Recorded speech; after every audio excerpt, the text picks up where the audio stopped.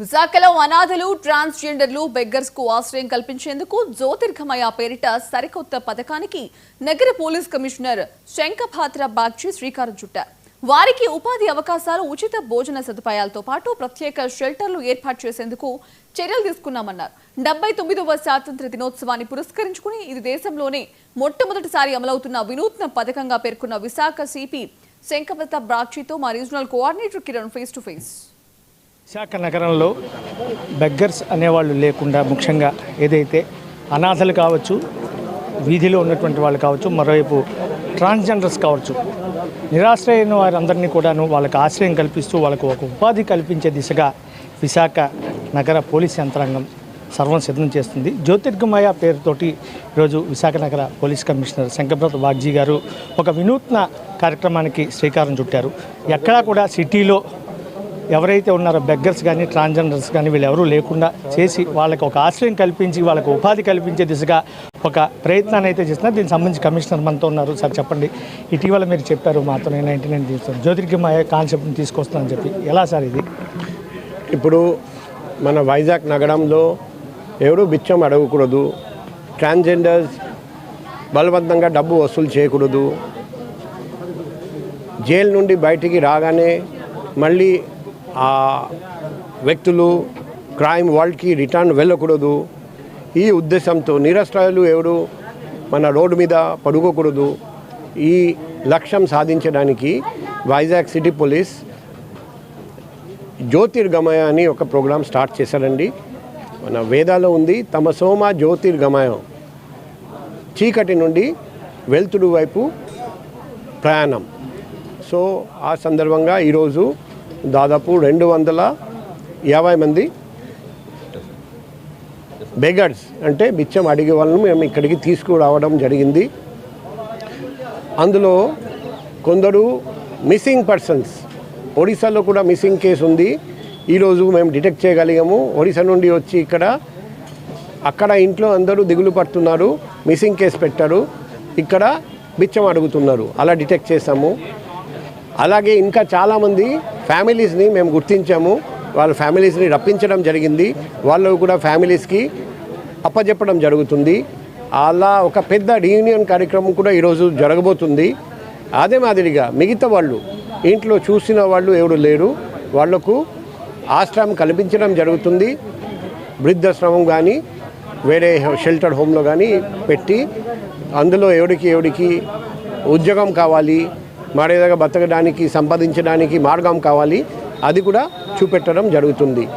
ఈ first phase ఈరోజు మన inspector police control room mister Shaik Hussain, inspector harbour, inspector special branch mister Tirupati Rao, ఆ ముగ్గురు కలిసి చాలా కష్టపడ్డారండి. వైజాగ్ వాలంటీర్స్ ఆర్గనైజేషన్ కూడా చాలా కష్టపడ్డారండి. ఈరోజు ఆశ్రయం కల్పిస్తున్న షెల్టర్ హోమ్ నిర్వాహకులు అందరికీ కూడా ధన్యవాదాలు, దాతలకు ధన్యవాదాలు, disabled welfare department government of ఆంధ్రప్రదేశ్కి కూడా ధన్యవాదాలు తెలియజేస్తున్నాం. రేపు మనకు స్వతంత్రత దినోత్సవము ముందు రోజు, ఈరోజు 14th ఆగస్ట్ ఈ ప్రోగ్రాం మేము మొదలు పెట్టాము. రాబోయే రోజుల్లో ఈ ట్రాన్స్జెండర్స్కి ఉద్యోగం లేకపోతే మర్యాదగా బతకడానికి మార్గం చూపెట్టడం, అదేవిధంగా జైలు నుండి బయటికి వచ్చిన వాళ్లకు ఏదో ఒక ఉద్యోగం, ఏదో ఒక మార్గం చూపెట్టడం సంపాదించడానికి మర్యాదగా, అదే మాదిరిగా బిచ్చం అడిగే వాళ్ళు కూడా అదే మార్గం చూపెట్టడం జరుగుతుంది. ఈ సిటీ పోలీస్లో నుండి అందరూ ఉత్సాహంగా ఉల్లాసంగా ఈ ప్రోగ్రాంలో పాల్గొన్నారండి. వైజాగ్ సిటీ పోలీస్లో పనిచేస్తున్న అందరికీ ఈ సందర్భంగా మేము శుభాకాంక్షలు, అభినందనలు తెలియజేస్తున్నా. పర్మనెంట్ షెల్టర్ అనేది ఏమైనా ఏర్పాటు చేయడానికి ఎక్కడైనా ప్లేస్ ఐడెంటిఫై చేశారా? అలాగే సిఎస్ఆర్ ఫండ్స్ కోసం ఎవరినైనా అప్రోచ్ కావడం జరిగిందా? ఇప్పుడు దాతలు చాలామంది ముందుకు వచ్చారు, కానీ ప్రోగ్రామ్ స్టార్ట్ చేసిన తర్వాత సిఎస్ఆర్ ఫండ్స్ కూడా వస్తాయని ఆశిస్తున్నా. ఆల్రెడీ చాలామంది ప్రైవేట్ వాళ్ళు ముందుకు వచ్చి మేము ఆశ్రమం కల్పిస్తామని చెప్పారండి. ఈ ప్రోగ్రామ్ స్టార్ట్ అయితే ఇంకా చాలామంది ముందుకు వస్తారని నేను ఆశిస్తున్నాను. ఎందుకంటే ఇంతవరకు చేస్తారు అని అందరూ ఆలోచించారండి, కానీ నిజంగా చేస్తారని ఎవరు ఊహించలేదు, ఆశించలేదు, నమ్మలేదు. వైజాగ్ పౌరులందరికీ, దాతలందరికీ కంపెనీస్ సిఎస్ఆర్ ఫండ్ ఉన్న కంపెనీస్ అందరికీ రిక్వెస్ట్ చేస్తున్నాం, ముందుకు రండి, మనం చేతులు కలిపి ఈ ప్రోగ్రాం విజయవంతం చేద్దాం. ఈరోజు మిస్సింగ్ అబ్బాయి ఆపణంక నాకణ బాపంక నాకణ మిస్సింగ్ పర్సన్ని ట్రేస్ చేశాము. ఇతను ఇది రెండో కేసు. ఇలా బేగర్స్ని తీసుకురావడంలో ఇతను దొరికాడు. ఇప్పుడు మేము ఫ్యామిలీ మెంబర్స్ని పిలిపించి వాళ్లకు హ్యాండ్ ఓవర్ చేస్తాం. Thank you.